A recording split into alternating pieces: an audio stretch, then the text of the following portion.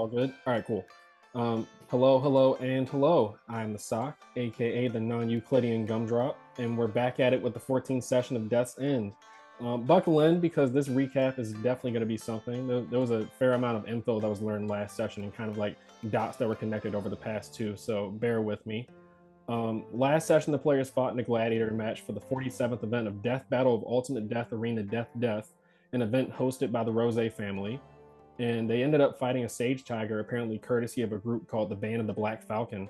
And this tiger had a malformed tail that the players noticed pulsed with energy similar to the barrier that surrounded Izanami Park, and also the instance of it that Uzi noticed is emanating throughout Grekai Academy. The tiger spoke of humanity committing some sort of betrayal to the sage creatures and revealed it was tortured and experimented on, having multiple brands on its body of the same insignia as the S.O.C bears at the Ember Festival, a falcon with skull-tipped feathers. After the group ripped the tiger's corrupted tail off, it ran away into Yomi, and Gabriela was then pulled aside by Angaldor, who revealed that the Sage Spider tribe had been attacked, and that he had seen corrupted sage tigers just like the one they fought, attacking along with plague-touched zombies and led by a man wearing a black cloak with red clouds. Gabriela's spider companion, Gabiru, was also apparently wrapped up in the conflict while visiting the Spider Sage lands on Gabriela's orders, apparently disappearing along with a chunk of the Spider Sage lands, which was shunted somewhere into the Fire Country. After this, elevator doors opened to reveal a dozen finely dressed men approaching, guarding a person wearing a golden Spartan-style mask adorned with rose engravings. And that's where we pick up, but before we get into what happens next, Uzi, we have a quick thing that I forgot to do for you on your first day of school. I finally get to know it? Yep. Oh my god, this is like 4 sessions in the making. I think it's only been like a session and a half. Let's not do that. Let me be over dramatic, all right? Yeah, I did get sidetracked during the first day of school session with the shenanigans and stuff. But like I was saying, before we get into what happens next, we flash back to the first day of school at Grekai Academy after class. It's a week later now, currently in regular time. But sitting at his desk, Uzi, you weakly pull out the present Yubito was quote-unquote delivering for a friend, still exhausted from class. And yeah, does he go ahead and open it, or does he like wait? He's gonna make sure that he's gonna look around kind of nervously as like waits for the room to be at least like he's the only student there before he like takes it out and tries to very carefully and slowly open it. All right. You unwrap the decorative wrapping paper. It's I'll probably say it's like a mint green color that has like cartoonish bugs on the paper. I don't know if I said that when I said Yubitsa gave it to you. You open it up and you see it's a dark red scarf made of a really nice fabric that's very soft to the touch. You also notice a pocket at one of the ends of the scarf that feels like it has something in there. Just at this. Yeah, he's gonna kind of try and keep it hidden under his desk as he just kind of like tries to feel if there's anything in there. You hear a little of like a metallic sort of like clinking sound inside of the pocket as you're kind of like moving around a little bit. It feels like it's like a container of some sort. He's gonna again very carefully try and like pull it out to like see what it is. Yeah, it's very comfortably within the pocket and everything. You can tell that it's like this was very much gotten. I'll probably say as you pull this box out, you definitely notice that this had to be like a custom made box or a custom ordered one because it perfectly fits the pocket to the point where it's like still in there, but if you were moving around, it wouldn't just fall out. But it also isn't like too big or anything like that. But yeah, inside the pocket on this scarf is a toolbox with a letter taped to it, and Uzi, you being a tinkerer yourself, you immediately notice how nicely made this toolkit is. Like I said, it's very custom. But this toolkit is a weaponsmith's kit, so you can add 5 more charges to the one you already have. I know that you can use charges of a weaponsmith or armorsmith kit for your puppets and stuff, so I figured that would make sense. More importantly, this special toolkit will let you cast the mending jutsu for free. I know it's only 1 chakra, but I figured that would be useful and stuff. it also gives a +2 bonus on checks with technology or machines. So pretty much any tinker sort of thing. There's no tinker tools in this, but that's essentially what these would be. Yeah. You do see the letter is still taped to the thing though. He's gonna like take a good look, observing everything of the pieces that's there. Give like a small smile as he kind of like slightly daydreams as he's kind of like a bit flustered and trying to make sure that there's no one else around. Yeah. Especially not Gabriella. Yeah, no, this is when feel like the teacher has an eye on you. Oh yeah, I forgot to take the teacher off the map. You would be the only one in the class right now. Oh, okay. Yeah. You were able to expertly just. Sorry, go ahead. As long as Gabriella isn't here, everything is good. What? Yeah, no, you were able to. Because if there's someone who would make fun of Uzi, it's you or Luminaire. That makes sense. Yeah, so yeah, you were able to wait until everybody was like gone from class and stuff like that before you like snuck back in. Yeah. The letter is in Yuba's hand. Huh? Yeah, like after he's like looked at everything, he's going to like put it back into the box before starting to read the card. Yeah. The letter is in Yuba's handwriting, and it says, well, kind of like you kind of imagine Yuba's voice as she was very clearly writing this. My friend said they're going to be busy with training soon, so they hope you like it, and they as in like all caps. It's Shinobi microfiber, so it won't rip or get dirty easy. It's also water resistant, so I hope you don't slip on this too. Smiley face. And you see on the back of the note, you see a cartoon drawing of you slipping in the forest with an LOL next to it. He's like, knowing at least as he thinks that he's completely alone, he's gonna let out a hearty laugh as he reads this letter and looks at. I'm assuming this might just be in my head, but I assume Yubuta would be like an artistic kid. Like they would be very good at drawing. Yeah, like she's very good at drawing, but she doesn't think that she is. So it's like one of those situations where like you have a person that's very talented, but just doesn't believe themselves to be as such. So she doesn't really do it as much most of the time. Usually, she spends most of her time goofing off or doing like pranks or mischief around the city. Yeah. So I assume this is a very good drawing of Uzi slipping. Yeah, it actually is very good. You can tell she spent a good amount of time on it. Like the shading on the forest in the background is like berserk levels. Oh shit. Yeah. What is Uzi thinking after he's like seeing this gift? He's going to be pretty like stunned at first, like very confused on what he should be thinking. Like,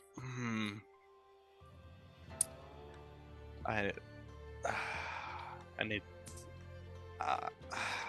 Yeah, I guess if he's just stunned. This is kind of like just begins like freaking out and overthinking This is just like overthinking everything about this. Yeah.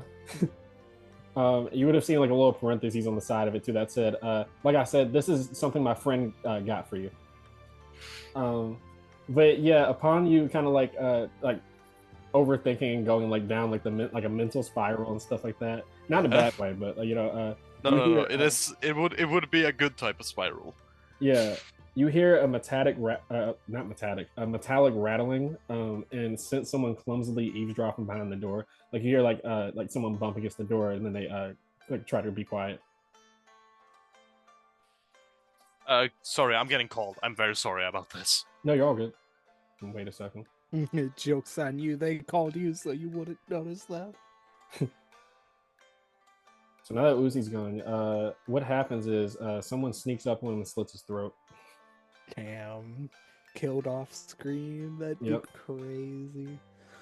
Really quick, I will say, for the purposes of the technical side of this, we may or may not be doing something new audio-wise, so if any recommendations, hate, loves, just put it in the comments, please. I am so sorry about that. My food arrived like 20 minutes early. No, you're all good. I'm very sorry about that. No, you're fine. You're fine. Are not forgiven. Yeah, no. You're out of the game, How sorry. dare you try to plan food for a little bit later that comes I soon. tried. You're not- tried. Don't you know the D&D rule? You're not allowed to eat unless your player's taking a long rest. But that's besides the point. I gotta wait for a long rest. Fuck. Yeah, upon clearly being, Yeah. or like, what do you do as you hear this metallic rattling and someone hiding behind the door? Uzi is completely like in his own head, so this would be completely on instinct sealing our bind. Well, it's just behind, so you just bind the door. Like, okay, so I can just hear it I can hear it behind the door. Yeah, it's not like they curse, but it's like the sort of situation Can I where target? Can Huh? I target the object with bind? I hope so. I, Damn it! No. Yeah, I feel like it's a It's only a living creature. I still think it would be funny for you to have tried to bind the door and everything. So if Yeah. that is on instinct, you do that, and you I- see a seal kind of appears on the door and kind of like sputters out. Oh wait, can you guys hear me? I imagine it to be like chains, like spectral, kind of like Yeah. looking like it goes through the door. Yeah. Yeah, Just okay. had, like, but I Right, imagine okay, it being sure. like spectral chains that kind of just like go through the door, and Yeah. then just kind of pop up on the other end, but not actually locking it. Yeah, so It just kind of looks like chains going through it, like it's been pierced. Yeah, no. So after that, you kind of hear someone like a big metallic clank of someone like hitting the ground and everything, kind of like eeping and like letting out a yelp and fear. But then they stand up and you hear them like clear their throat, just like, and the door bursts open with a kick. Is it- And Oh girl, no! a girl introduces No. herself. Oh, A girl introduces it's her. herself. Good morrow, fellow children. It is I, Hakano Kaguya, the next great adventurer. I dost be ready for class post haste. And she stands. Can I make up- a sleight of hand check to try and hide the like gifts? Yeah, go ahead and make me a sleight of hand check. She's very attentive, so I'll say that this is going to be a DC 17. Yeah, that makes sense. Yeah, no, you're I still. have a will of fire. Nah, I'm kidding.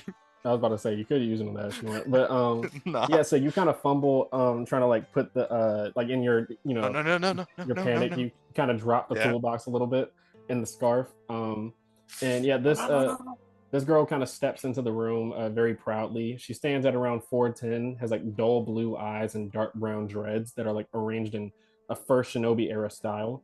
But most importantly, I guess that's the first thing you notice is that she's wearing a full suit of medieval full plate armor and has a pale white shield in her hand. He's just gonna very. Sorry, go ahead. Yeah, he's just gonna try and very hurriedly put everything back together. I mean, by the way, he's failing quite miserably. Yeah, you're Like, scrambling. It takes a much longer time than it realistically should to put all of this back together.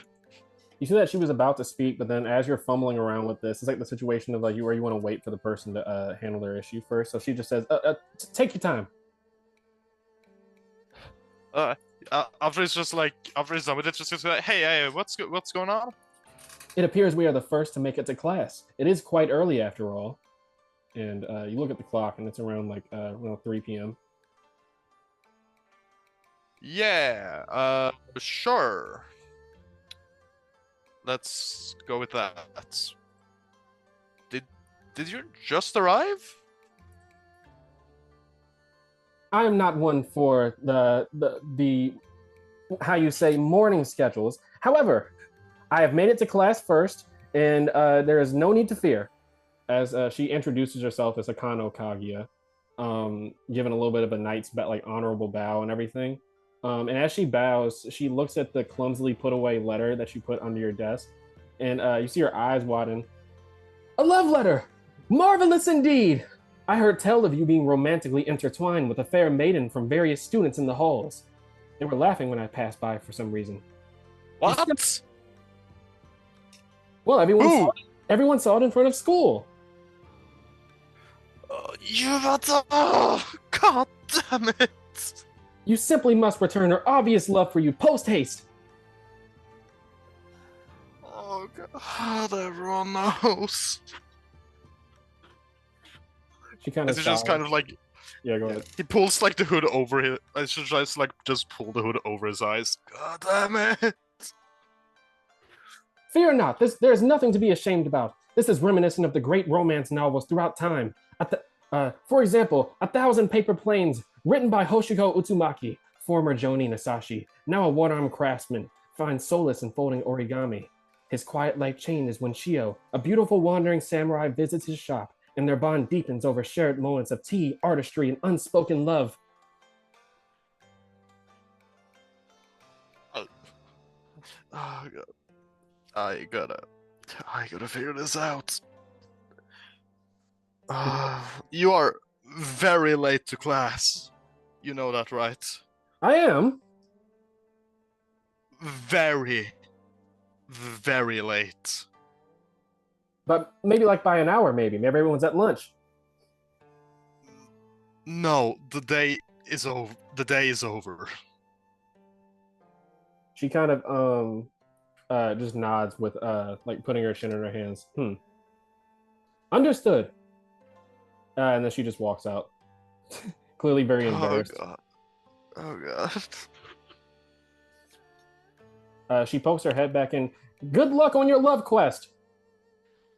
Don't call it that. Please. I love this girl. But yeah, so that is something. Yeah, no, she's great. There's something you just recollect as you guys are where we pick up now. My computer. Flashback over. Yeah. What a thing to just suddenly remember. I want to add. It's anime. Spontaneous flashbacks happen all the time. I feel like it's the first time. I mean, would you be wearing the scarf like today? That is the question. He's going to the if he wouldn't know he was going to the underground. That was a spur of the moment decision. So yes, actually, he would have it tucked underneath like the outermost layer. Mm-hmm. I mean, I guess it makes sense because you would be like kind of a thing where you you subtly just make sure that it didn't get ripped during the fight and everything. And you notice, like Yubita said, it's very, very durable. It's not dirty at all either. Yeah, it's Shinobi microfibers. Yeah, but picking back up, like I said before, it's currently November 26th. I'd say around 3:15 p.m., probably like 15 minutes for the whole ordeal. The figure in the ornate mask looks at all of you and gracefully holds out a hand, like kind of beckoning you to approach them.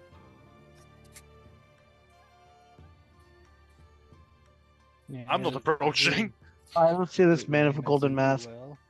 I'm about to. Don't see him. I'm about to place it down. I'm about to place it down in a little bit. I see a group of businessmen. I mean, I guess I could just. Place it down now. However, I will say, just for game purposes, you don't see the hair or anything, but you do see the ornate mask. You guys see, as you start walking forwards, you see Mitsu gets into like a sumo stance. Hell yeah! Another opponent! I fucking love this place! And he starts like walking towards. Izumi is gonna very quickly say, "No, we're not fighting this one." I don't think. He kind of pouts a little bit. As the guards at the same moment had like drawn like ornate daggers and like crossbows and everything at the ready. But yeah, so you stop him and everything, and he kind of complains a little bit, but starts walking along with you guys. Let me see. Yeah, so I will say, Gabriela, you do notice that the masked figure appears to be especially staring at you. Gabriela, as you see the figure is whispering something to a nearby guard as you all approach, and the figure turns around and begins gracefully walking to the open elevator.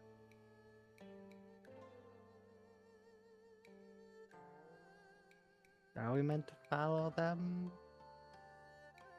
I don't trust them. Brillo will follow. All right. Uzi will follow, or Uzi. Izumi will follow, dude. Just Don't tell me what to do. Um, But yeah. The Good. guards all surround you in a formation so as to protect the figure in the front. Like me, like it's 12 of them in total. So I'll probably say like 6 of them are kind of like forming a sort of like V formation surrounding you, letting you not anybody walking behind you as a clear gesture of not trying to do anything covert. But the other 6 are forming like a V in order to like a V formation to protect the figure in the front as they walk into the elevator. Gabriella could take them. They are very big dudes. Definitely appearing a lot bigger than a lot bigger, more muscled and serious than the pit fighters that you guys just fought. Gabriella is a very feral child. Yeah, there is no beast He's more threatening. trying not to be. But yeah, you all enter the elevator, and the figure pulls out a special key with a crimson red rose engraving on the end of it, and sticks it into a keyhole near the elevator door. A couple of the guards are glaring at you all as the elevator begins rising, churning. You hear the little the whirring of the seals starting to start up and everything.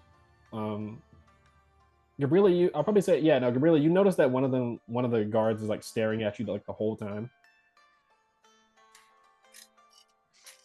But just glance at their direction before focusing back on the masked dude. Yeah, the masked individual is still silent this entire time. You occasionally see them whispering certain things to the guards and stuff like that in like very hushed tones. But other than that, it's a very silent ride. Is anyone saying anything during this elevator ride? No.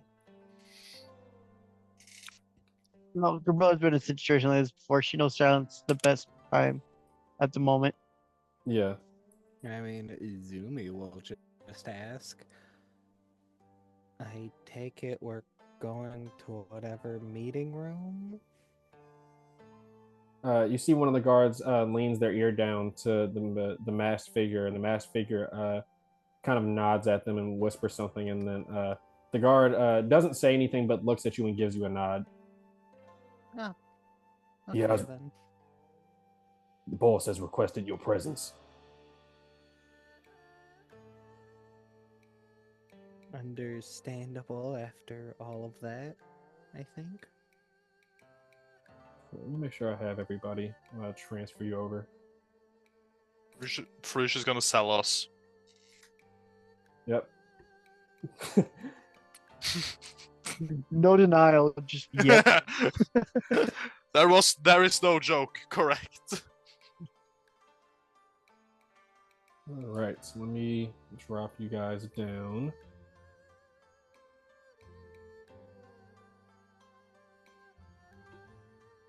So you guys can place yourselves wherever you want. So eventually, as this elevator keeps rising, you eventually the smell of the smoke, the various gases down here, the very putrid smell, kind of disappears a little bit as you all start to hear very nice like classical music as like I said, the smell disappears and the door opens up, and you see a very decadent and like well decorated hall.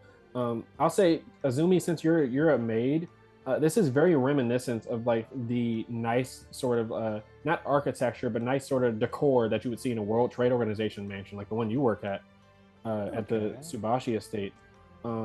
Definitely a very stark contrast to this the very rough and kind of utilitarian vibe of the rest of Yomi. It's overlooking this sea, a split of steaming water, and then of lava. This kind of like terraces overlooking the entire city, and then overlooking that sort of experience. But you guys see a very long dinner table. This appears to be a dining hall of some sort, and I will say the first thing you notice as the mysterious figure goes to sit down, the various Rosé thugs kind of forming a formation and opening this, pulling out the seat for the figure. You see Fruge Sanjo is sitting there, and he stands up from the table. He's clearly like eating like a burrito or something like that, and he looks at you guys and holds out his arms like, "Guys, you did great out there."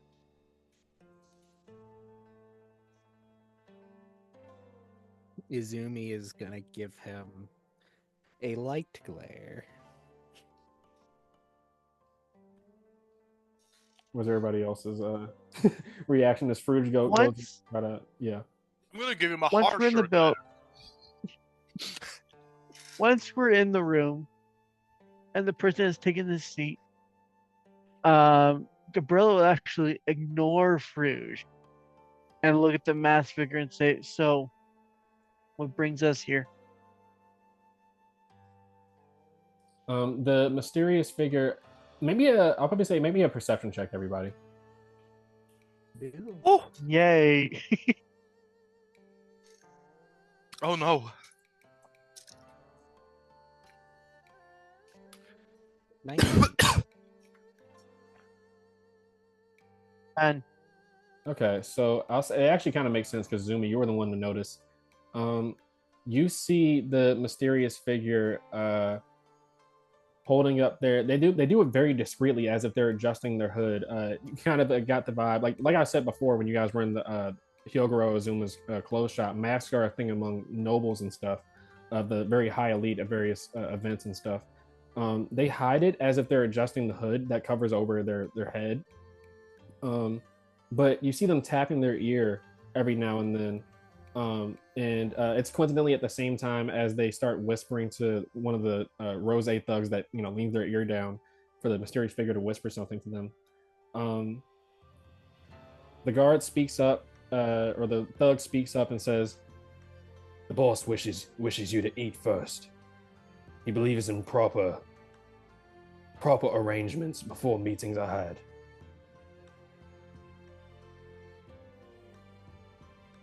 He says you may order anything you want.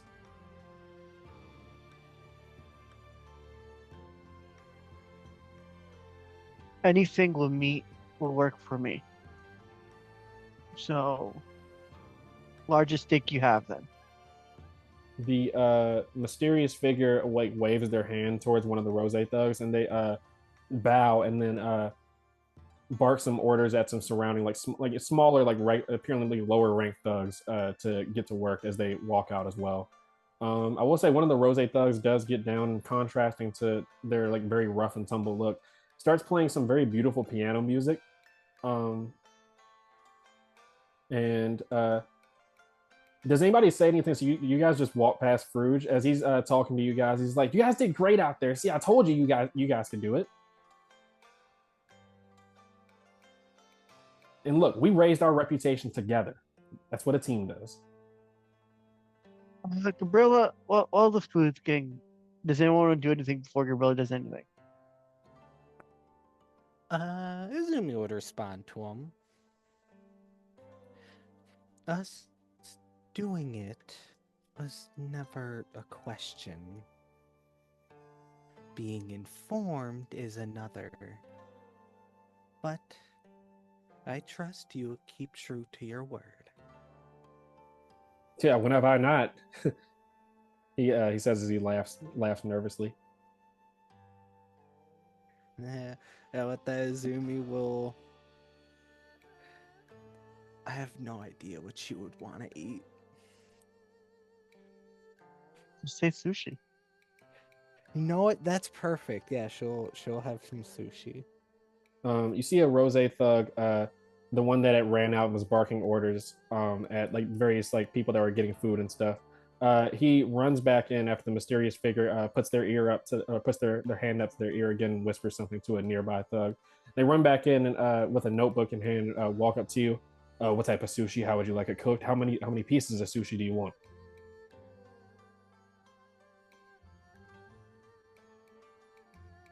I don't know who's more scared, me or Izumi, from that question. Who the fuck cooks sushi? Not cooked, but you know what I mean. How do you want to prepare it? Essentially, is what they would have said. Yeah. I'm gonna say Izumi describes exactly how she wants it, for I do not know enough about sushi to respond to that. Yeah, they want 6 nigiri pieces, 6 maki, some wasabi and some soy sauce. That's standard package. Perfect. Luckily for you, I'm both a chef and a sushi connoisseur. AKA, that means I'm a pretentious bitch. No, sushi is my favorite food as well. But Oh my Yes, god, let's it's go! also mine. Sushi gang! yeah, but Azumi, there are very detailed questions. Like they ask if you want any sides. Like, do you want a specific type of rice for the sushi and everything? Like they go down the line and everything, an exhaustive list of questions before they give a bow to the mysterious figure and run out. Um, I guess yeah. So Gabriela ordered any meat. What is Uzi ordering? He abstains from ordering. He does not trust these people. Okay, yeah, that's That's fine. ruder than not accepting their offer is pretty rude. Yes, that's correct. I'm not trying to be rude. I'm trying to be cautious. Sorry, I'm not trying to be polite. I'm trying to be cautious. Goldor does speak up at that and says, "It would be custom when offered a meal, in kind courtesy, to return it. I would like a cup of Earl Grey tea."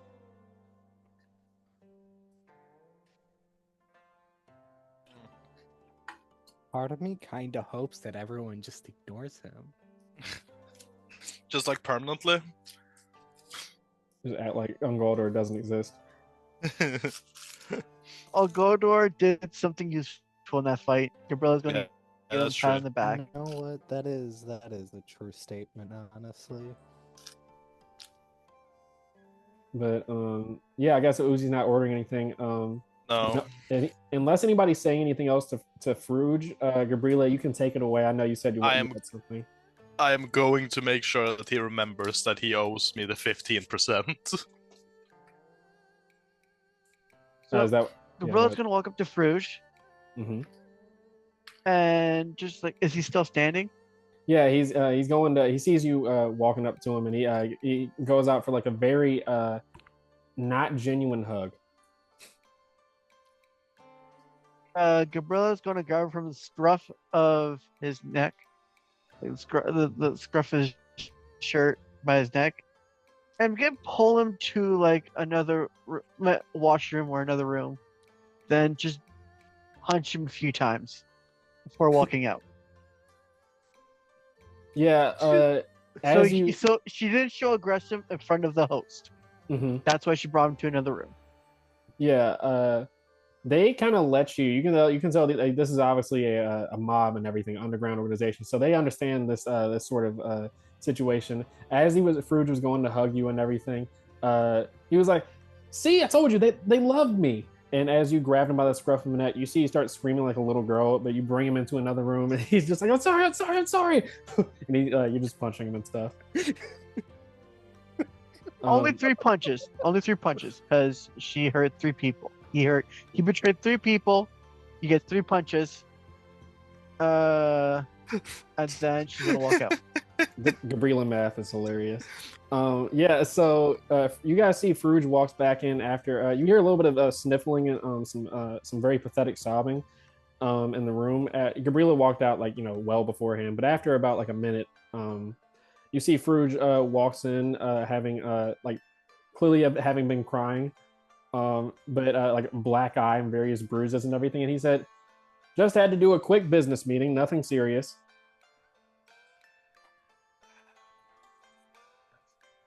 Anyway, I'll take some coffee and some tiramisu, please. But yeah, Mitsu also just orders what you order, Gabriela, which is just as much meat as possible. So you guys do begin chowing down. Does anybody like say anything during this dinner and stuff? It is very good for you. I'll go down the line. Azumi, the sushi you get is probably the best you've had like ever. It's like rivaling Mr. Zuko's old man Zuko's cooking and stuff. And for you, Gabriela, you get an assortment of various finely cut and like fine steaks and everything. And this is like what's the fancy type of steak called? I can't remember what Filet it is. mignon. Yeah, you Filet get like mignon. it's all filet mignon. Like it's like really the top shelf sort of stuff. A5 graded. Yep, and then various like pretty much anything that you would have wanted. If you asked for pork chops, they would have brought you pork chops. Like you pretty much get a like all you can eat buffet of assortment of different meats and stuff. And Mitsu is kind of like Goku from like the Saiyans from Dragon Ball Z, like eating so sloppily that like food's flying everywhere. I love the contrast here. Izumi, even though like this is beyond fucking amazing to her, is just in her mind of know your manners. As she is loving, almost begrudgingly loving everything. Just like she wants to be mad, but god damn, this is good for. I Um, want to point out Gabriella is eating properly for the first time Angola, you guys will witness. yeah, that's the results of your home training with Sayuri and stuff. Also with Izumi as well, I imagine. Izumi would go out of her way to make sure Gabriela knows how to cook properly. Yeah. Mitsu, I mean, Angaldo is looking very disapprovingly at Mitsu, but it looks very approvingly at you, Gabriela, as Angaldo throughout the weeks and everything has been making remarks about how you've been, becoming a lot more proper and stuff, so he appreciates that. You can place your characters down at wherever you want at the table and stuff, unless Uzi just wouldn't have sat down. I think We You haven't looked been at the map. moved. Oh yeah. We haven't been I moved. forgot to S.O.C.K. mention that. Yeah, we're still on the arena. Oh, shit. Yeah, That is so embarrassing. I'm placing the mysterious person on the grid. No. Oh, that's so funny this entire time. That is so embarrassing. I thought I had switched you guys Why over. aren't you moving, guys? That's what I was wondering. I was like, is there like a reason why? Yes. Oh, I don't think you need to drop down everybody. I put all your tokens on there. Oh, these good gotcha. Oh, I didn't even realize. Gotcha. Yeah, you're Yeah, totally right. Okay, thank you. Yeah, you're all good. You can place yourselves down wherever you want. You see Fruge. I'll probably say Uzi. You notice just off of like past perception. It's not that hard to see. You see Fruge has a stack of Rio like paper bills in his pocket, but is very trying to like sit on top of his pocket, like leaning off, looking very unnatural, as if he's trying to like hide the money in his pocket. And he's just like, sorry, man. I guess the deadline was just too late for me to put any bets, and it's we didn't end up getting anything. But if there's anything, the experience we get and the reputation we've gotten down here is plenty payment enough. Puts his hand on your shoulder. I can see the paper in your pocket. That is my doctor's note. I have a terrible disease. Gabriella's gonna cough twice as a warning to stop lying. What I meant to say is that I'm very healthy. I don't need any sort of doctors. Hey, here you guys go. This is just about what you guys about what I got. So you guys all get 50 Rio, but make me another perception check. Oh Alright, no. one moment. Oh no. 18. Wait, no, I can add a D4, I remember. Oh yeah, That's you do actually have- a 5! I got another 10. I got a 5. I don't perceive shit. Yeah, Uzi, you're so wrapped up. It's like you reasoned before why your perception isn't super high compared to your investigation. Once it's like you analyze what you think is already there. You don't have that perspective of like there's things that I don't notice. So you're kind of like smugly wrapped up in your the fact that you caught Fruge in his lie. That you don't notice, but Azumi, you're the only one to notice that as he's giving you guys your 50 Rio, he does like a sleight of hand sort of thing where he hides a good amount of the bills underneath his wrist on the table. Izumi gives him a very sweet smile. Oh, I'm sure you just forgot about the little bit that you're trying to hide, right? Oh, shit! Good catch. It's very hot down here, so I was sweating. Like paper sometimes sticks to people's skin and stuff. Yeah, no. So here you guys go. He's very much has a vein of like anger popping up on his forehead, but he doesn't want to openly be angry. So what you guys actually make is 250 Rio each. So go ahead and add like 200 extra to the 50 you would already. Oh fuck! Okay. We're rich! So glad I caught Oh. that. Jesus. Money. He's just nervously laughing, like scratching the back of his neck. Yeah, it's an honest mistake, guys. It's very hot down here.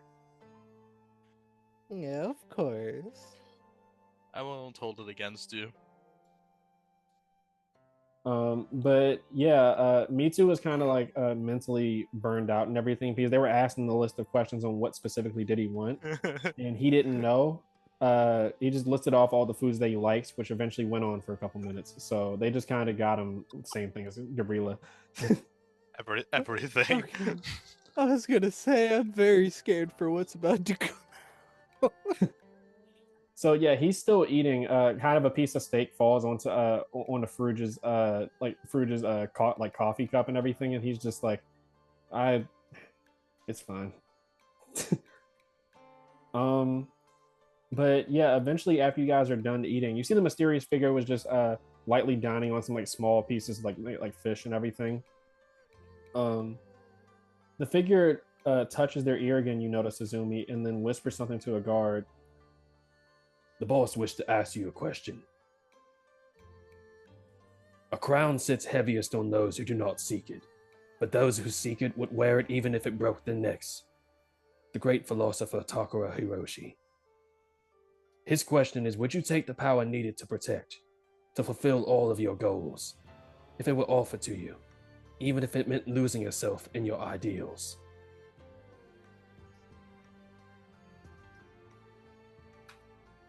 Who does he ask, or is this just like to everyone? This is just to the group.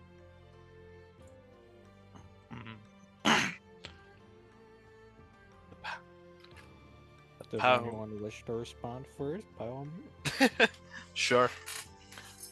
The power that I wish to command is not one that can be easily given, and it's not one that I want to be given either. It's one that I will cultivate by my own arts.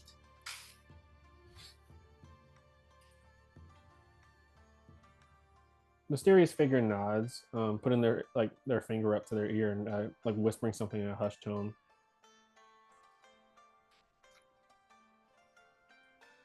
They look at you, Gabriela, who I will say that you still have noticed that the mysterious figure has been staring at you as well, like still staring at you, like more so than the others. So the question was, what would we do if we had the power, If you or had, if we, yeah, if it was given to us? yeah, would you take the power needed to protect if it were offered to you, even if it meant losing yourself and your ideals? Okay. Just to be clear, everyone knows that Gabriel trains constantly, right? Yeah. Okay. So this will make sense why she has some discipline. Gabriel will look at him and say, true power doesn't come from given, it comes from training, practice, and discipline. One cannot be strong without putting the effort to doing so. Can I just... Uzi's gonna give a very confused thumbs up at Gabriella. He very much agrees with what she's saying. He just didn't expect Gabriella to say it. Fruge drops his coffee cup and it like shatters on the table. He's like, he's literally in shock. Fuck you say. Ungoldor also drops his cup of tea. The figure very much like gives off an approving sort of vibe and puts their ear up to or puts their hand up to their fingers up to their ear again and whispers something. And then Azumi, that is all you on. They look at you to see your answer. You'd be given power that would destroy the person you are, defeats the whole reason of wanting said power. The only time that power would ever be accepted is when all else is lost. But until all else is lost, that power is to be remained to be achieved and not given. We have become philosophers. The figure ponders and then whispers something to one of the guards, one of the thugs that leans their ear down. The boss says you all are very wise. The thug then looks at you. I actually probably said this happens beforehand. before this conversation, Gabriela, you would have noticed that as you were like walking back from punching Farouj in the face and everything, you see one of the Rosé thugs, the same one that had been like barking orders to the different chefs. Um, they kind of walk up to you. You notice that they were the one that was like staring at you the entire time, um, and they're just like, "Excuse me, could I have your autograph?"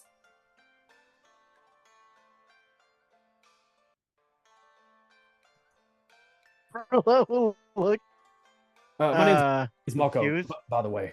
Don't tell anyone I said that, but I'm a big fan of your Slums, Chums, and Numbs fight ring.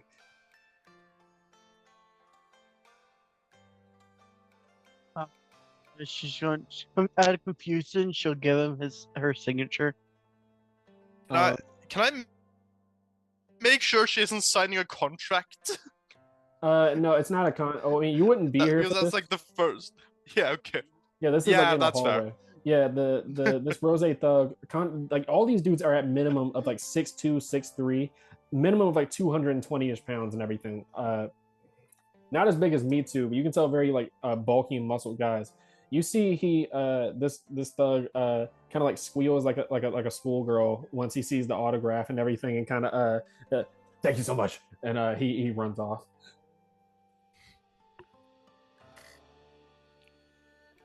No But problem. And she's going to carry on her way. yeah, that was before this whole interaction and stuff. Beautiful. I'll probably say, yeah, they wouldn't have gotten a serious answer out of Mitsu, primarily because I'm eating, and then also he just doesn't understand the question.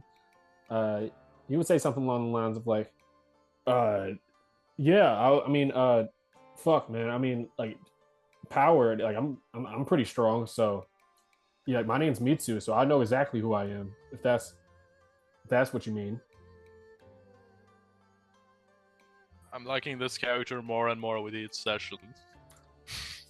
Brilla's hating the character more and more.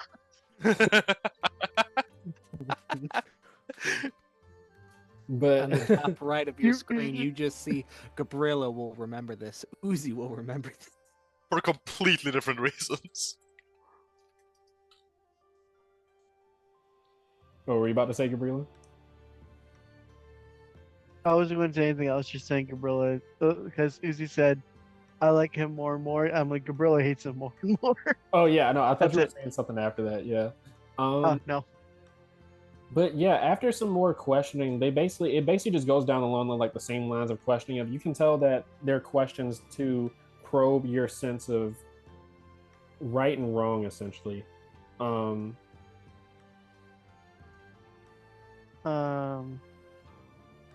So to probe the right and wrong, Gabriela clearly has, I guess, with the questions, it's been that Gabriela had.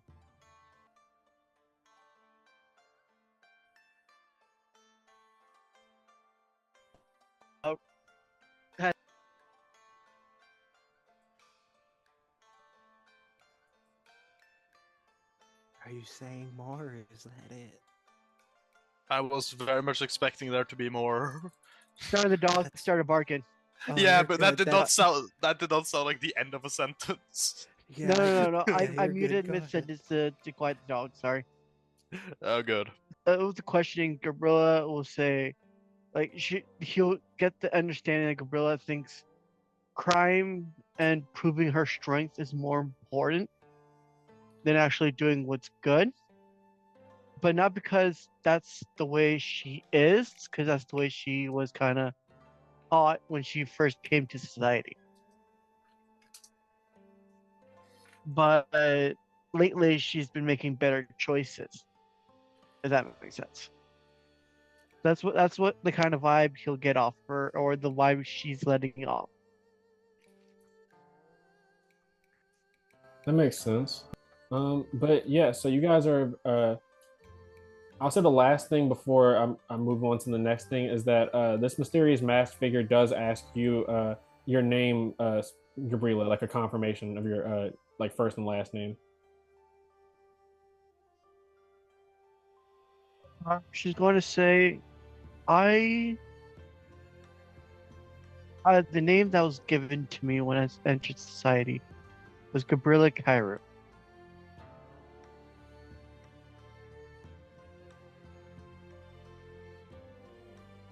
same thing as before. They mumble something to put their finger up to their ear and then mumble something to the thug right next to them. Give me 1 second. I'm just adjusting some stuff. Good. All right. All right, cool. So let me see. So you guys eventually are. This mysterious figure stands up and then starts walking towards some stairs that lead upstairs. Kind of like holding out a hand to gesture you to walk with them. Yeah, okay. Gabrilla stand and walk with him. Izumi, not Gabriela as well. Izumi will go to follow. So Farouj kind of whispers to you, Gabriela, as you guys are walking. So we're cool, right? You know, like you know, I didn't mean to do that.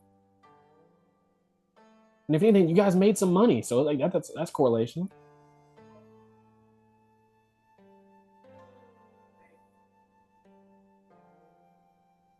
She'll look at him and say, depending how this ends, you might not hear from me again. He looks pretty nervous at that, but he just nods. Let me move on Galdor and everybody.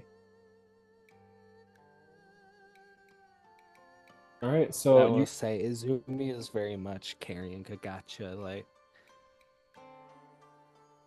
Yeah, he's still very banged up. You see, he was like sleeping and stuff like that, just to, like resting and stuff while you guys were eating. However, he did wake up, kind of mumbling for you to like feed him something. As Gabriela had like the assortment of like filet mignon.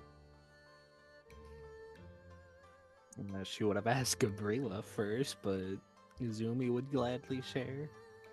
Yes, Gabrilla will happily share with Gagacha. Kakacha like nibbles on it and then kind of like he very much enjoys being babied. So he then kind of like says in like copying like a very like cutesy sort of tone he's heard before. Money? No. He holds out his paw. Gabrilla will give him 5 Rio. No.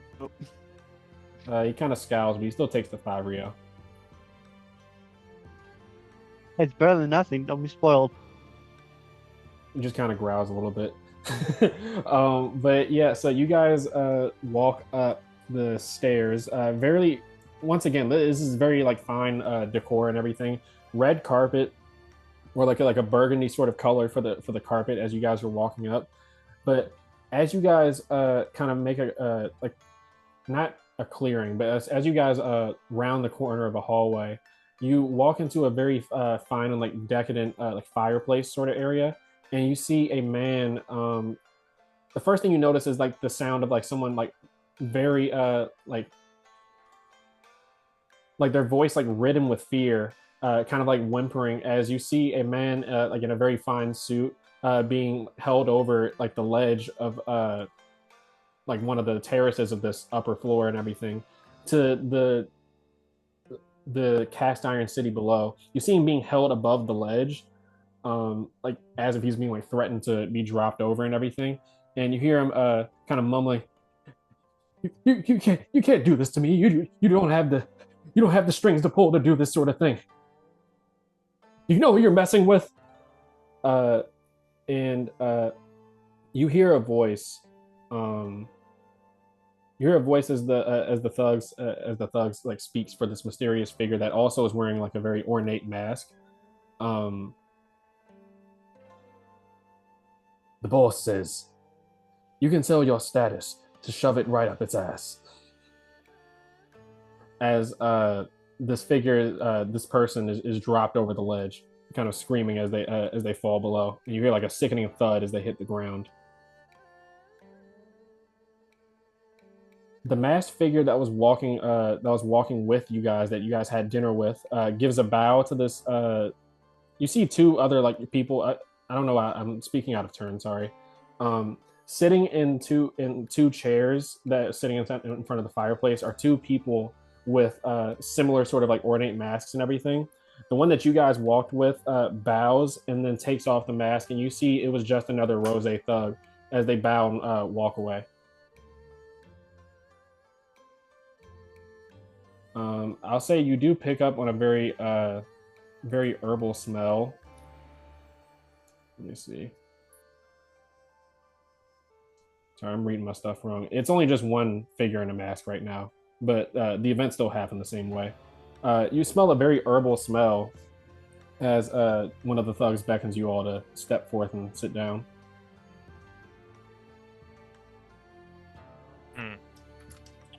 All right, all right.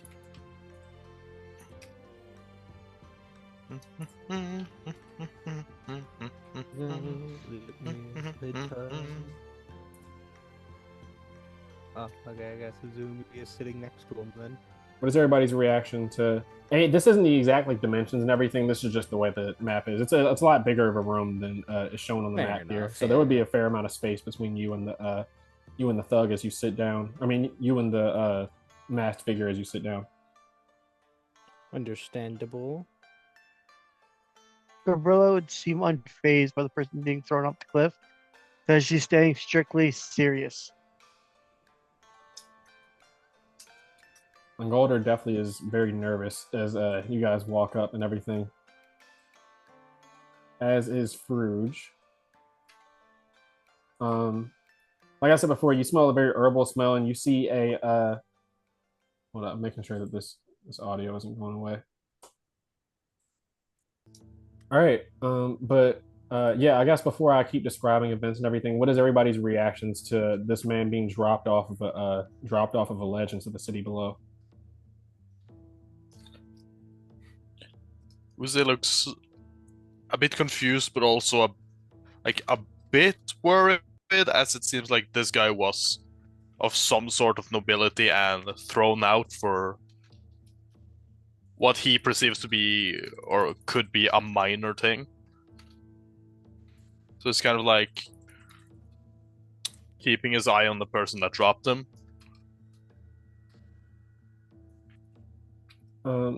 Yeah, the masked figure. I guess yeah, Azumi. I don't think I asked you. Izumi is very much of the mindset of she cares about herself and the friends around her a bit more. She is very unsettled by it, but she is not letting it show. As the figure stands up, Mitsu kind of has a stand up and standing in the corner of the room because the couch isn't big enough for him to fit there. He tries to squeeze between Fruge and Gabriela, but ends up with both of you being kind of like on the edge of the couch. So he just says, "Oh fuck, sorry guys, I'll just stand right here." Gabrilla's going to get up, give the seat to Mitsu, and then sit on the chair here.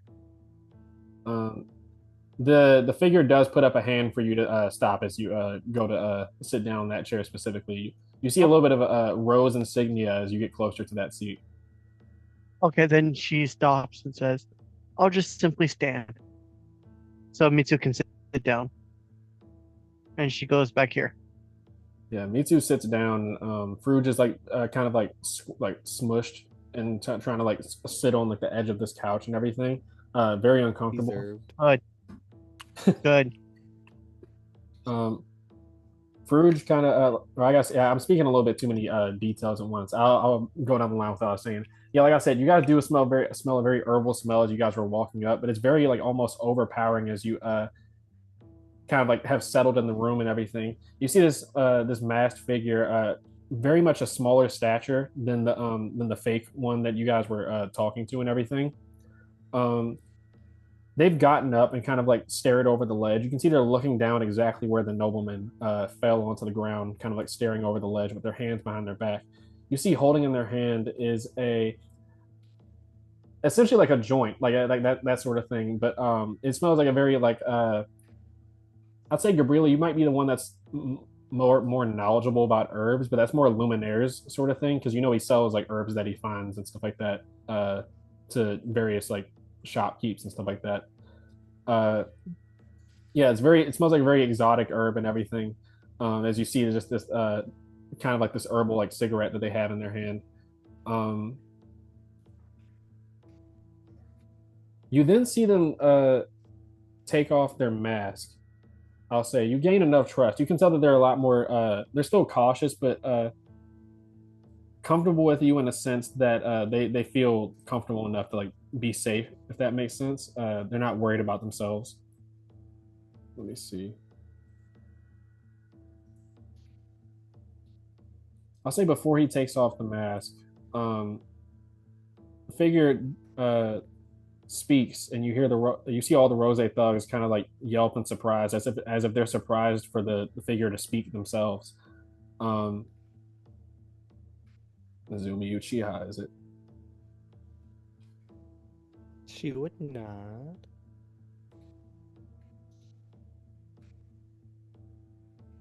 Tell me, if you could rewrite history, would you erase the sins of your ancestors or leave them as a warning?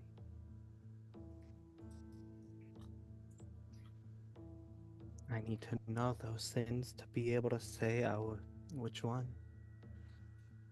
You hear a little bit of a dry sort of laugh. This person has a very like raspy sort of almost like weak voice, but it carries with it a confidence and like a self assuredness that kind of like betrays this like frail sort of sound. Um, he takes off his mask, and you all see red hair that is. Well, let me before I get ahead of myself. Let me just drop him down on the map.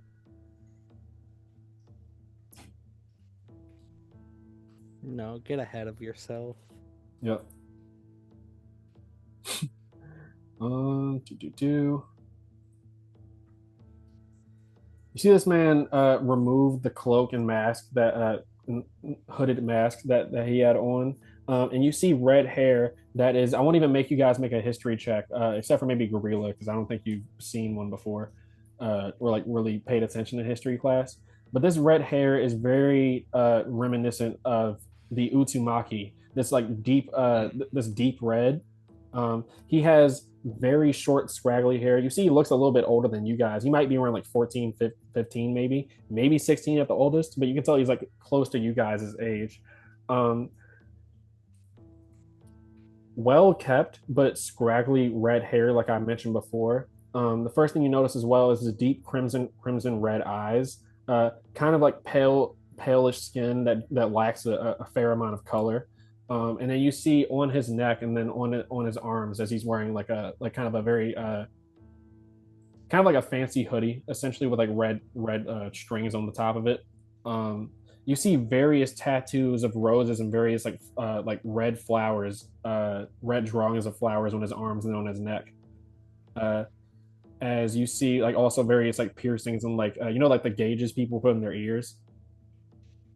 Yeah. Yeah, he has like one of those and everything, or one of those in each ear. Uh, as he looks at you and says, "Well, in the name of honoring, remembering your clan's past, I'll extend a favor, a gesture of trust, and that is my name. My name is Shin Uzumaki. I'm the leader of this Rosé family, and I called you all here today because Farouj kind of speaks up because you wanted us to fight, right? Yeah, I read your mind. You didn't even need to tell me."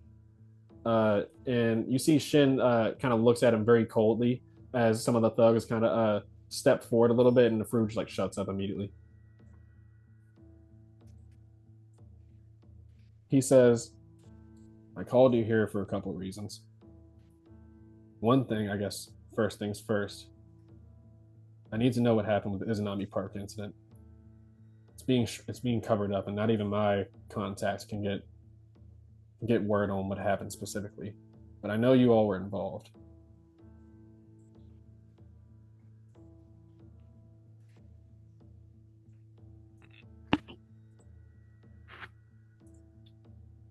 Uh, Might I ask you a question first? A question with a question is usually impolite on the first meeting, but I'll allow it.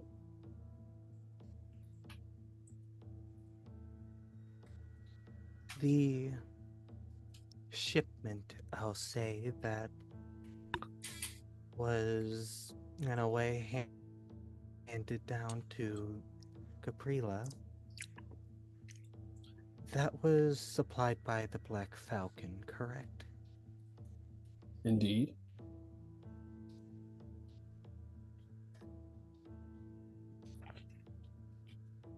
The events of the park are graphic.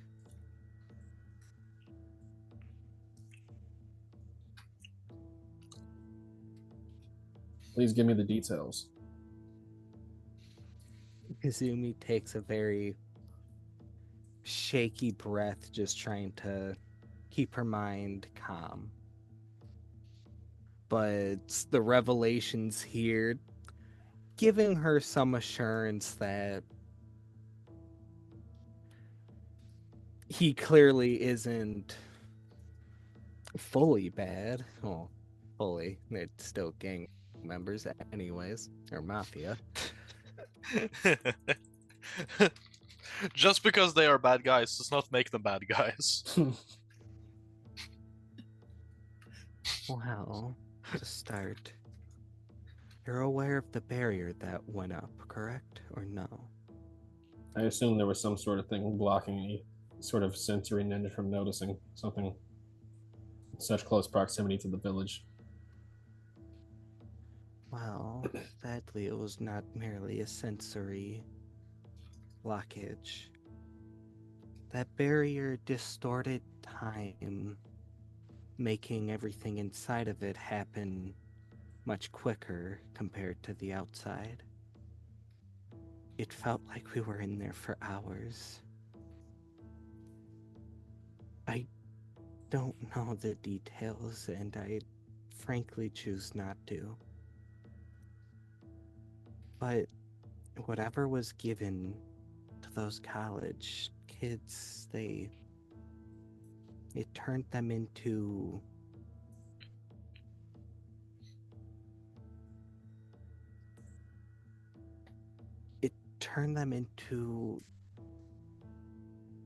frankly the Walking Dead, but with fragments of their consciousness still there.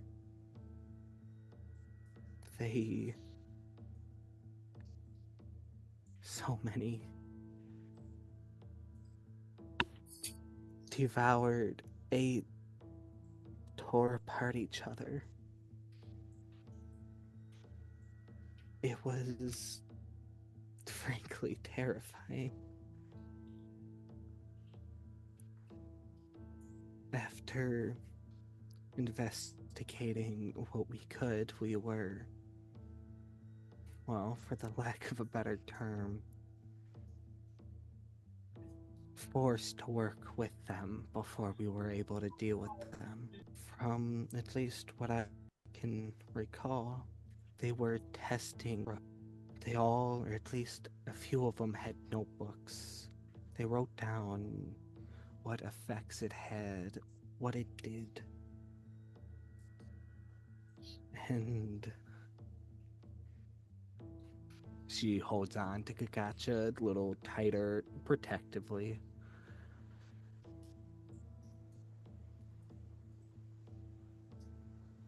So many of them were turned into monsters. I don't know if they all burned when the forest caught ablaze, but I know it was those drugs.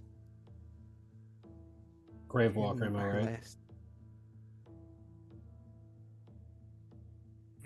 She's gonna look to Fruge. He said She doesn't know Gravewalker, what right? they. I believe so. I just know they ate the drugs that Gabriela had because we got separated, panicked, and it was left somewhere, and they found it. And after a little bit reconnecting with them, they turned into more of the things.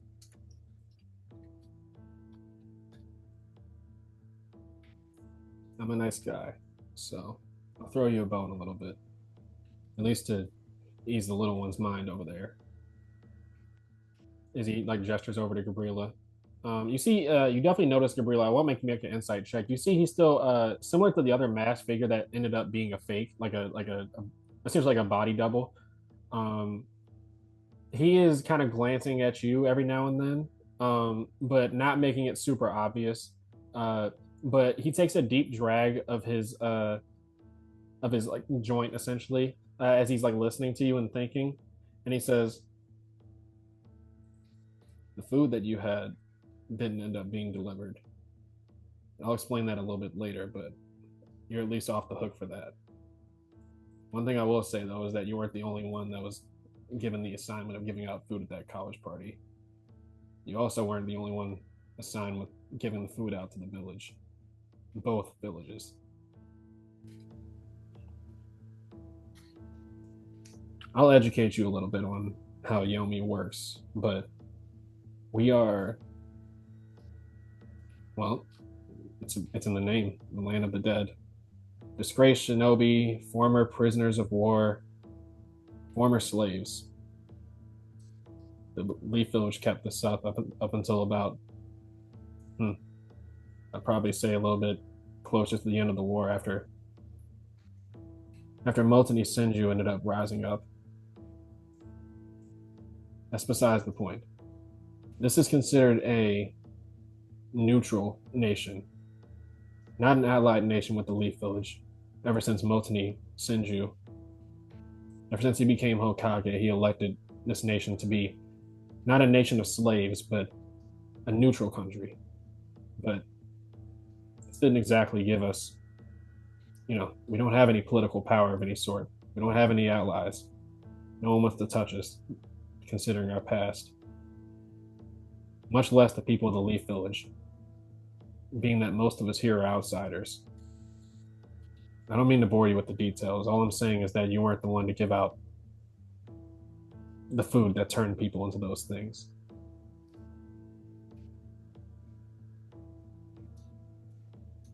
I'm beating around the bush, though. The reason I called you here is for, like I said, a couple of reasons. I wanted to know that first, but how do I put this? At least two of you are nobles, from what I can tell. With you being an Uchiha and all, politician boy being pretty quiet over there. You got me? Sure. But unlike Mr. Chia here, I'm not next in line. So it seems. As I was saying, this is considered a neutral nation. We're the only nation of its kind. I don't think the Lightning Country employs slavery all over still, but there's still plenty of prisoners of war throughout the times that live in various undercities that are beneath the various villages throughout the Shinobi world. What I want is for us to be considered a Leaf Village allied nation, a Fire Country nation. And the reason I've called you all here today is because I heard you guys were fairly competent from the slums, Chums and Duns fight ring. Terrible name, by the way, as he looks at Fruge. But we also weren't the ones to hire you, as he looks at Fruge. People that have been circulating these Gravewalker tainted food and drugs. They're a group called the Undertow. They smuggle drugs and contraband across the steaming river for various buyers, honestly. And I have word that they have a fair amount of shinobi in their pocket, and that they worked with the Band of the Black Falcon to move the Gravewalker before being stopped by us. We're responsible for giving people something to live for here. Entertainment, I guess what you would call the red light district, and we upkeep the infrastructure. After all, I'm the only one who knows how to repair the seals on this place.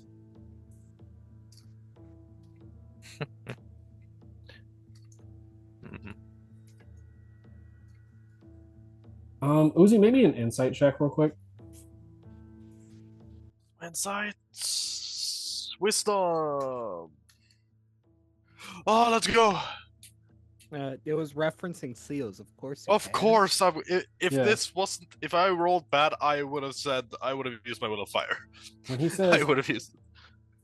when he says I'm the only one that knows how to work on the seals of the place, uh, he you can sense some contempt for you in his voice.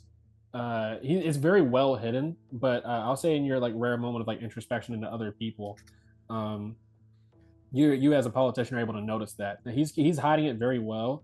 You only would have noticed it just because of your background specifically and how politicians and leaders are taught to speak with fake emotion and everything. Yeah. But he does explain that because he stopped the band of the Black Falcon or the Undertow from moving the Grave Walker tainted food and drugs throughout Yomi specifically, that's why he allowed the corrupted beast, or that's why he allowed them to input one of their corrupted beasts in a match in order to basically get good graces with them. Mm. Um, he does ask if you guys have any questions, though, as he sits down and you see he lights up another one of the very like herbal sort of like joints and everything. Izumi does, unless someone else would like to speak. Speak. I understand that this might be a little off topic, but before you spoke as you knew what my clan did.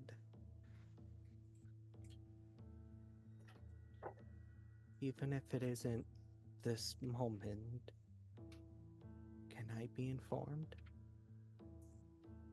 You see he kind of chuckles. You see a look of surprise goes over his face when you say that you don't know. Like a genuine like his usual like very poised demeanor, like the way he acts. Like I said, he appears very physically frail, which is kind of hidden by the baggy clothes that he wears. You just know. I'll say Gabriella, you definitely notice that he's very physically frail, but he carries with him, like I said, this confidence that kind of doesn't indicate that. But this poise that he has is immediately like he's immediately shocked that you don't know, and he starts. He has his head in his hands, and he says, "Makes sense. Motani's. I imagine you and Motani are pretty close then." We are, and frankly, we're just kind of a little mad at me, but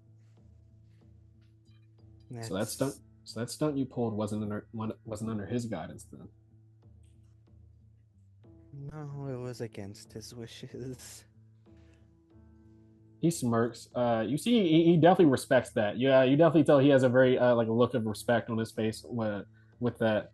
Um, he does mention real quick before he said, before I continue, you guys are the only ones that know about this whole situation, right?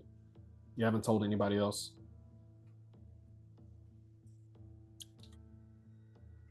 Hmm. Are you speaking of us coming here or the park incident? The park incident, everything going on with the thugs and the experiments. Outside of our initial, I guess, reports of it, no, we have not.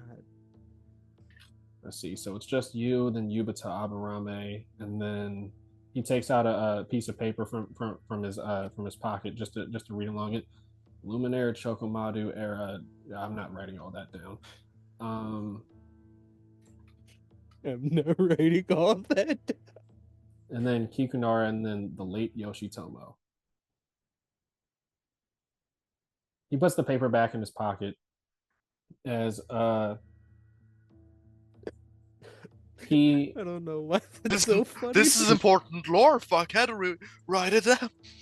he says, "I've been a little bit generous today. I don't want you guys to get the wrong impression. This isn't some sort of well, the Rosé family specializes in I guess we'll just call it political blackmail. Like I said, I run the red light district. A lot of people get to talking after.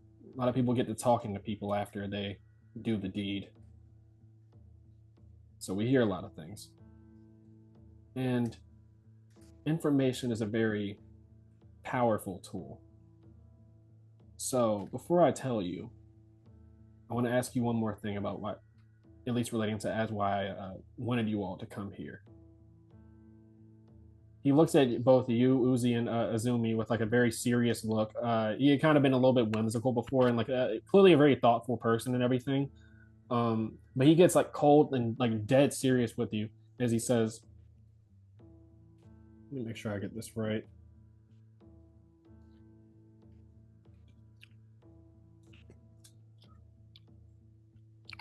Uzi Shimura, your older brother is the leader of the hospital, the biggest hospital in the village. So I assume you have some medical knowledge.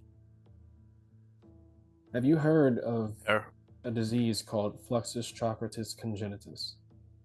Congenital chakra flux, in layman's terms. Have I? Absolutely not.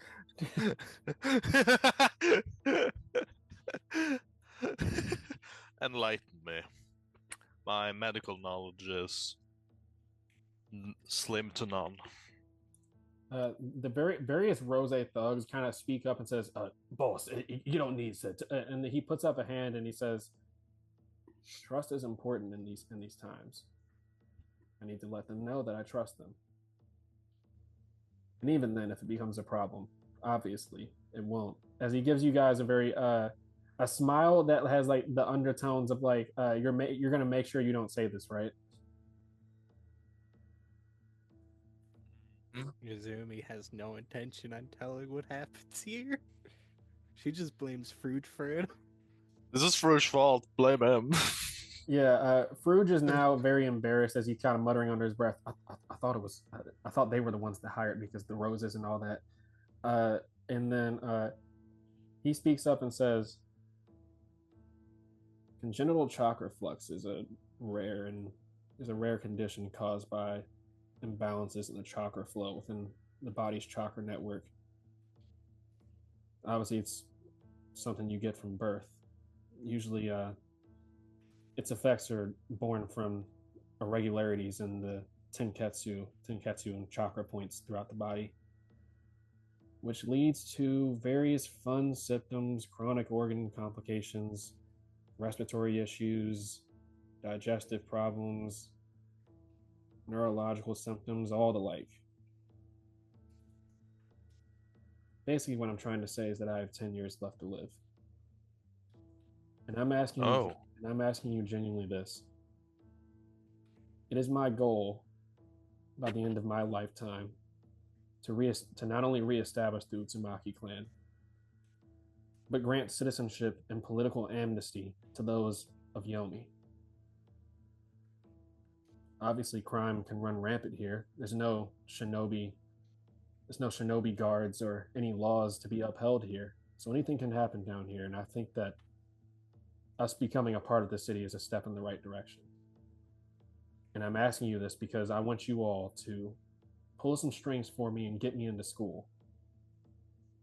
I think that if I were to gain merit and a reputation among the Leaf Village, then the clan head should be more than willing to allow me to step in as the leader of the Uzumaki clan. However, as of right now, I'm nothing but a former slave.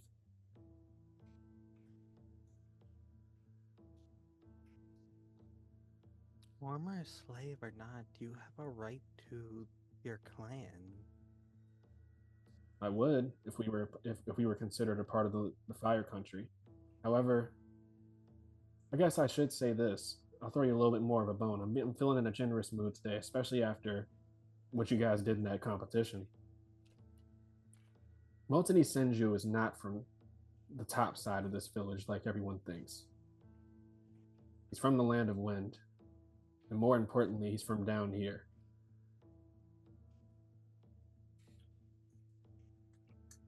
He's forbade all knowledge of this, obviously. It'd be very hard for even a Senju to become the Hokage. Someone in association with the World Trade Organization, if they were nothing but a former lower member of society.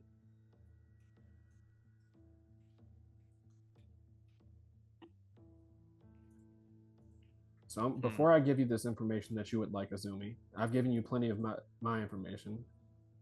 I want confirmation that you will at least, both of you will attempt your darndest to get me into the academy. I think there's plenty of argument to say it, but I would need some sort of support.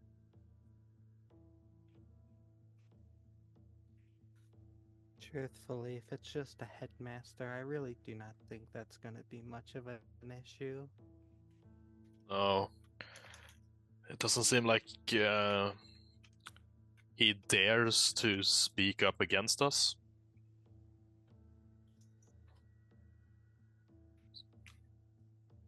He's a little bit of a suck up. So if it's just him we have to worry about, then I don't think that's an issue.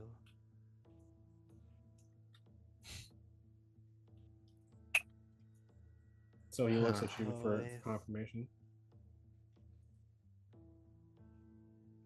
Ooh, which one does he look at? Well, both of you actually in confirmation.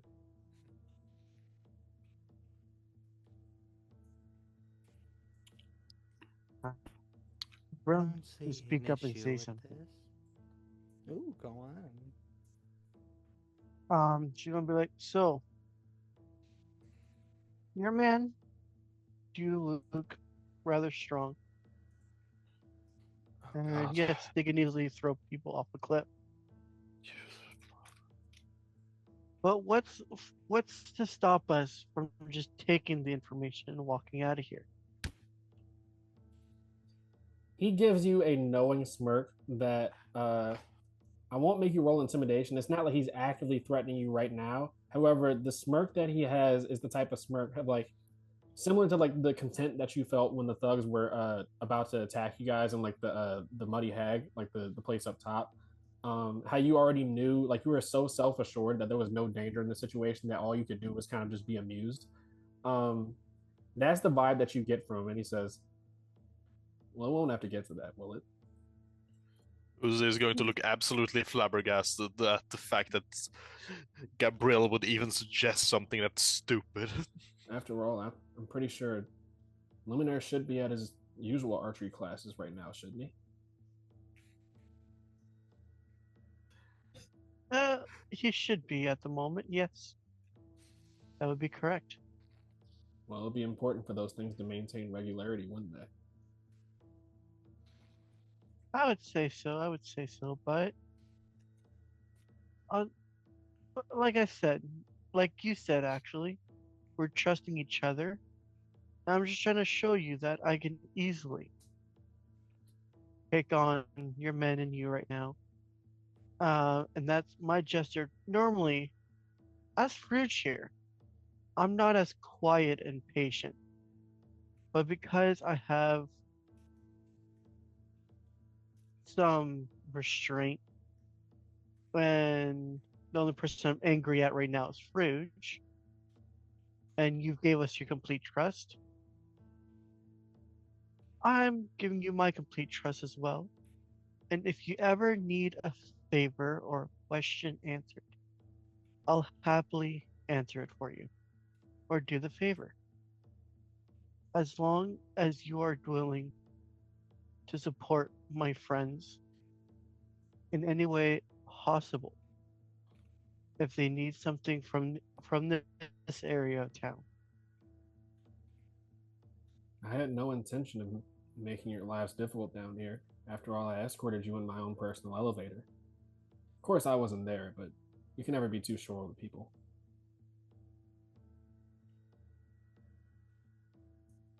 You have a deal.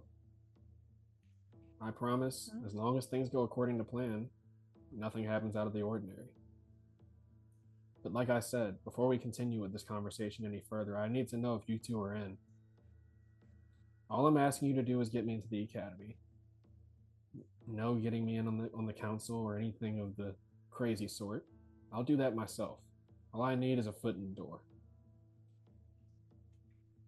And I think you guys will find that I'm quite competent myself. Hmm. I get what you're saying. And while it probably won't be too hard to accomplish,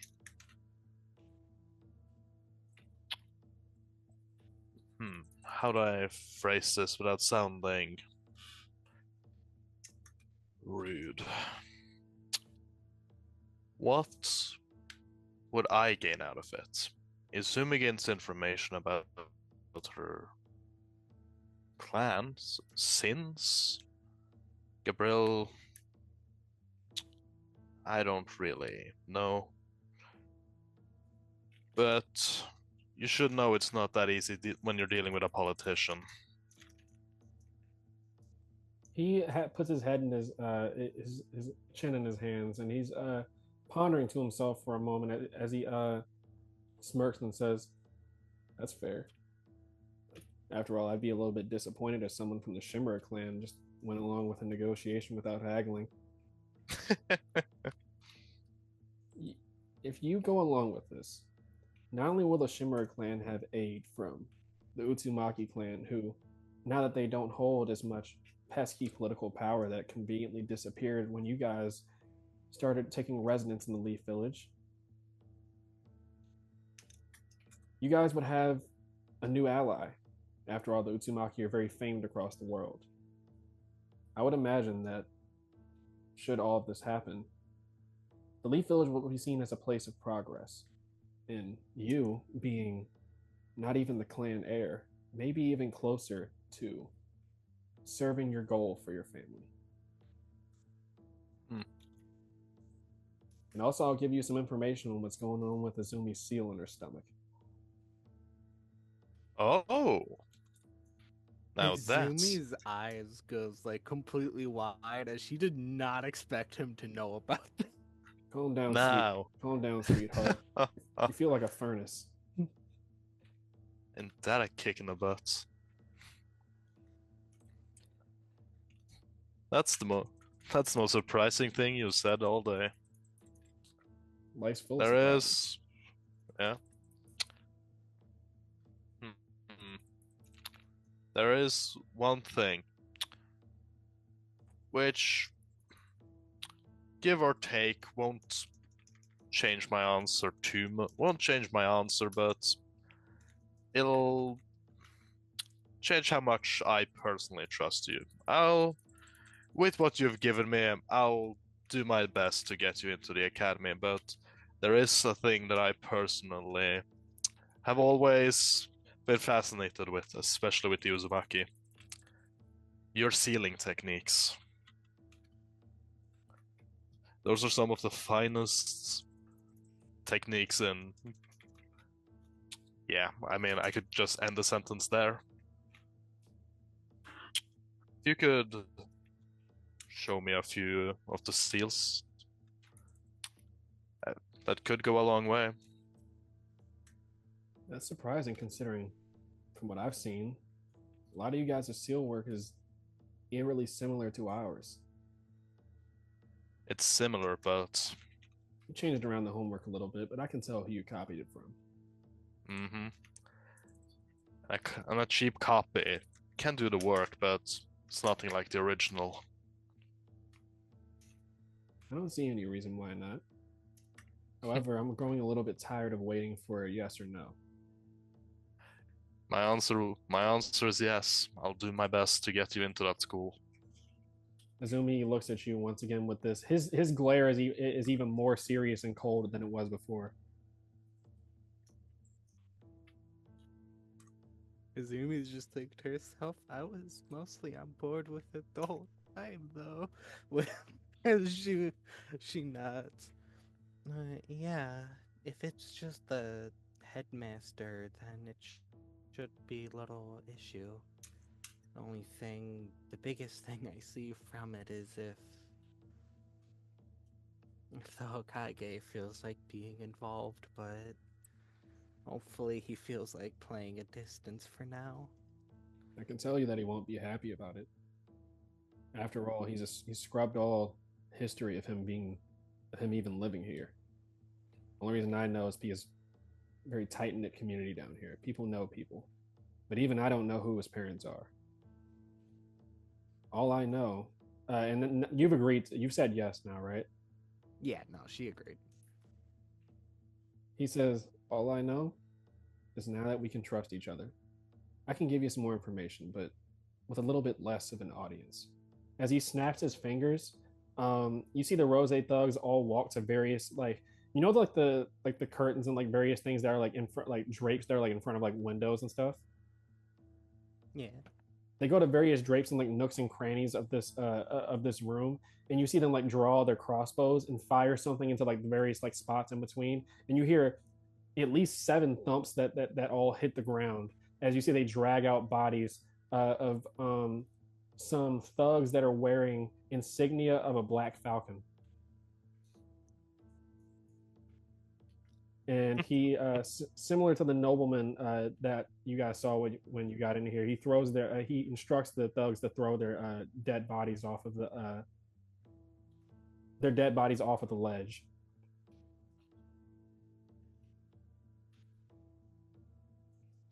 He looks at you all as he once again, in a very sort of like eerie sort of thing, he takes special care to like walk to the ledge and then look down to watch the bodies that hit the ground and everything. Kind of pausing for 30 seconds before he looks back at you all. Takes another deep drag of the joint in his hand, and he says, like I said before, Motoni is from down here. And his sworn brother was actually your uncle Renji Uchiha. Unfortunately, good old Uncle Renji isn't around anymore for a very specific reason tied to you. Your father, Quei Uchiha, the hero of the Siege of Red Ember Valley, the hero of Ghostblade Gambit, the hero of the Night of Falling Blades, one of the greatest war heroes in the entirety of shinobi history, I would say. However, one specific deed of his was so heinous that Motoni had to do everything in his power to stop it from being internationally known. It's only known throughout the village, but forbidden to be spoken about. Your father, Quei Uchiha, in the pursuit of the legendary Mangekyo Sharingan that hadn't been seen since the founder of the Uchiha clan himself, Yoshitomo Uchiha I.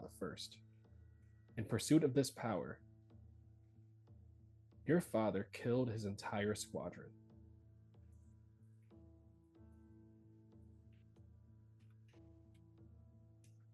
He was shortly executed after this. Didn't even have anything to say. The entire time he was being flogged, he stared at Motoni.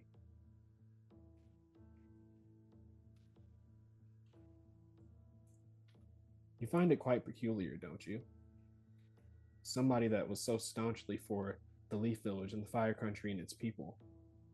On top of that, he even accepted Renji Uchiha despite his prisoner of war status. Or not prisoner of war per se, I misspoke. Despite his slave status, your father Quei Uchiha, once he found out word of him having a younger brother in the Undercity, he gave him pardon. He gave both him and Motoni pardon, two sworn brothers who had grown up together. The three of them accomplished great things. So I just wonder now, why would that same Quei Uchiha kill his entire squadron, including his own younger brother, who he worked so hard to allow within the Leaf Village? I guess things did turn out for the greater good after all. After this, the people of Yomi were seen in a more sympathetic light. After all, Renji was the biggest shining example of what hard work can get you. After this, some political dissent was had, but eventually it was decided that the people of Yomi would not be considered slaves of the Leaf Village. Motoni made sure to abolish that, and allow for the neutrality of Yomi. However, simply just allowing us to survive, it doesn't allow us to live. And that's why I started the Rosé family. To give people some fight. I've named this after the legendary warrior from the Land of Iron, Azazel Rosé. You see, he gets a little bit. He turns away, like staring out into the experience, or into the expanse. I'm trying to like look cool and everything, but you can see he's like very much like little kid getting like giddy about like talking about the various battles throughout like history that Azazel Rosé has had. He basically explains that Azazel Rosé was a slave in the Land of Iron, um, and he grew up doing gladiator matches. And apparently, he won so much to the point that where he was granted nobleman status, which he proceeded to use that nobleman status to do similar to what Motoni did and abolish slavery within the Land of Iron.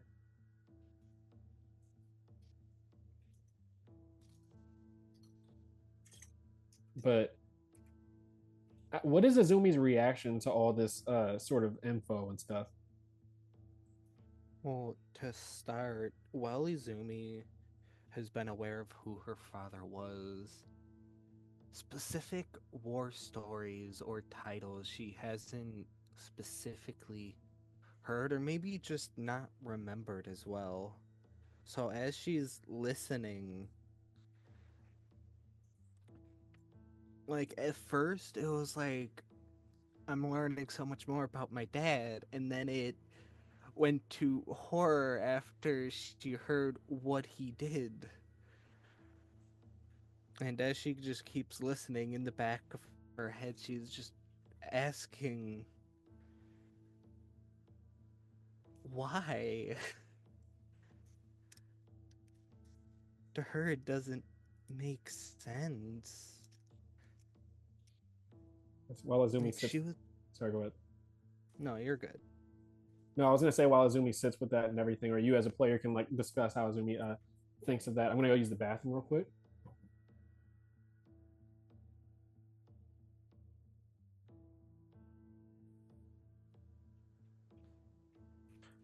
No. Oh fuck yeah! Time to learn the Uzumaki seals. I'm gonna be. Gorilla got a question for them. I'm gonna be. Uh, I'm gonna be learning how to bind seal beasts. yep. For no particular reason at all, Izumi. Yeah, no reason at all. I know. I know. Like, It's I obviously couldn't because think of a single reason. It's you clearly just want to get another tailed beast, you know? yeah, no, it's because Gabriella is basically a tailed beast in human form. Yeah. Hey, Though, There's only one thing that can restrain them. to describe Izumi's reaction to a lot of this is picturing the man that she's always thought of her father, the person she has always looked up to her sword play, the seals that she currently uses. Like most of her time growing up wanting to be a ninja was in part because she want she wanted to be like her dad. closer. Yeah, she wanted to prove that she could 100% fit that role. And hearing this just it put her in shock to say the least. Like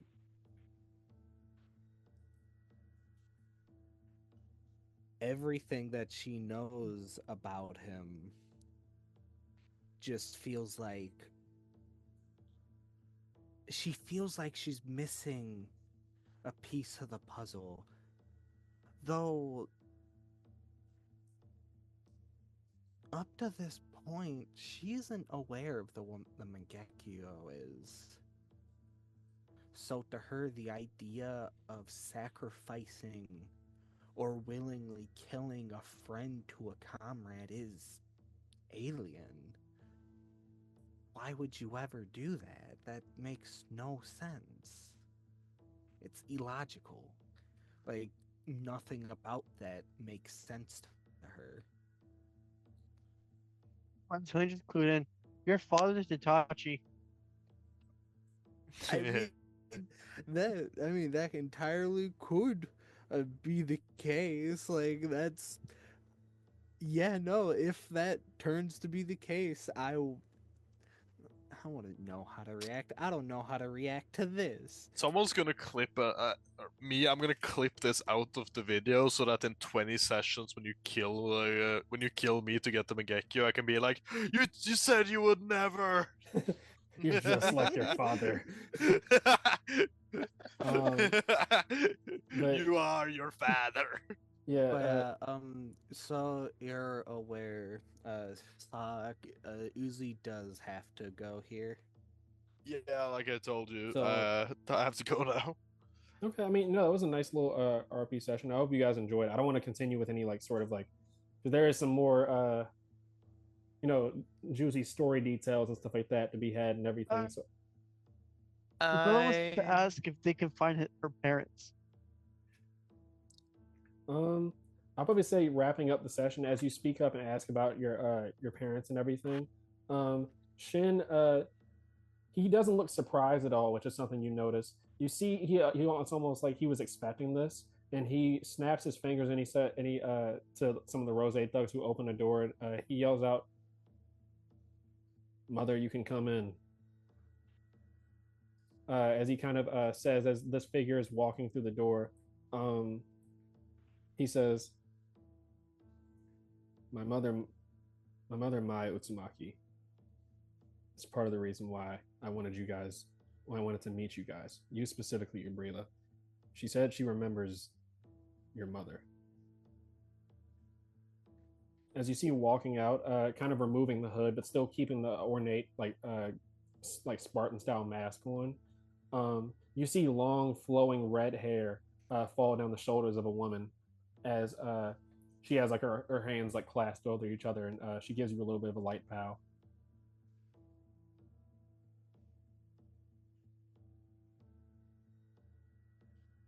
She's speechless. She wasn't expecting it so soon. She doesn't know what to say or do and doesn't know why they're bowing. Not in like a like subservient sort of way, but like in a polite like I know, curtsy sort of thing. Yeah, yeah. but still, the bow is still a bow.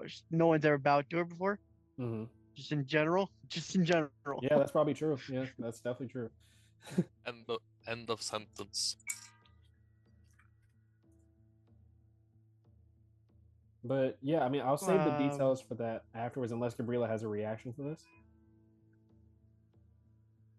Gorilla's just like, no, Gorilla's just done. It's just done. In her own version of shock, like Izumi is. Yeah, nah, so we'll continue the events of what happens and any more discussions had next session.